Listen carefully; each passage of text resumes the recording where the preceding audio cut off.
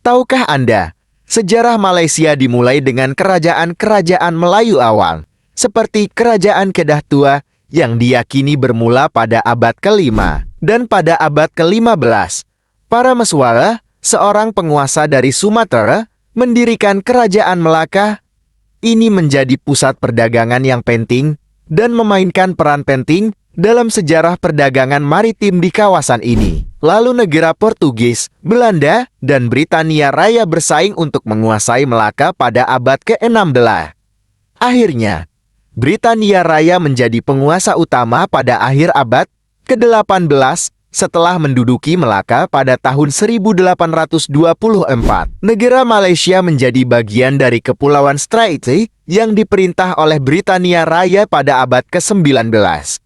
Penjajahan ini membawa dampak besar terhadap sistem politik, ekonomi, dan sosial di wilayah ini. Pada awal abad ke-20, terjadi pemberontakan oleh suku-suku orang asli, yang dikenal sebagai Perang Hutan atau Pemberontakan Patani. Malaysia mengalami penjajahan oleh Jepang selama Perang Dunia II tahun 1941 sampai tahun 1945.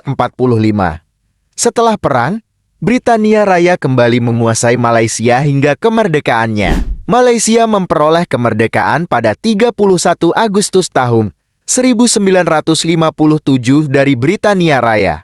Sebagai seorang negara yang terdiri dari berbagai kelompok etnis, Malaysia telah berjuang untuk memelihara harmoni etnis sejak saat pada awal tahun 1960-an.